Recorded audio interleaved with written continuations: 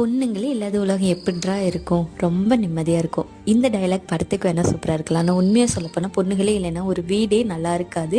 வீடு வந்து ரொம்ப கலையிலேருந்து காணப்படும். அது பொண்ணுங்க சந்தோஷமாக இல்லைன்னா சுத்தமாக வீட்டில் வந்துட்டு எந்த ஒரு நிம்மதியும் இருக்காது, மகிழ்ச்சியும் இருக்காது. ஒரு பொண்ணை எந்த அளவுக்கு சந்தோஷமாக வச்சுக்கிறீங்களோ அந்த அளவுக்கு வந்து அந்த வீடு வந்துட்டு ரொம்பவே நிம்மதியாக இருக்கும். அது வந்து அம்மாவாக இருக்கட்டும், உங்கள் ஒய்ஃபாக இருக்கட்டும், இல்லை உங்களோட குழந்தை, உங்கள் சிஸ்டர்ஸ் யாராக வேணா இருக்கட்டும், அவங்க சந்தோஷமாக இருந்தால் மட்டும்தான் அந்த வீடு வந்துட்டு சந்தோஷமாக இருக்கும். ஏன்னா ஒரு பொண்ணு சந்தோஷமாக இருந்தால் அவங்கள சுற்றி உள்ளவங்க எல்லாரையும் அவளை விட பல மடங்கு சந்தோஷமாக வச்சுக்குவா. அதே சமயம் அவள் வந்து சோகமாக இருந்தால் அந்த வீடே ரொம்ப வெறிச்சோடி கலையிழந்து போய் ஒரு சந்தோஷமே இல்லாமல் நிம்மதி இல்லாமல் தான் கண்டிப்பாக இருக்கும்.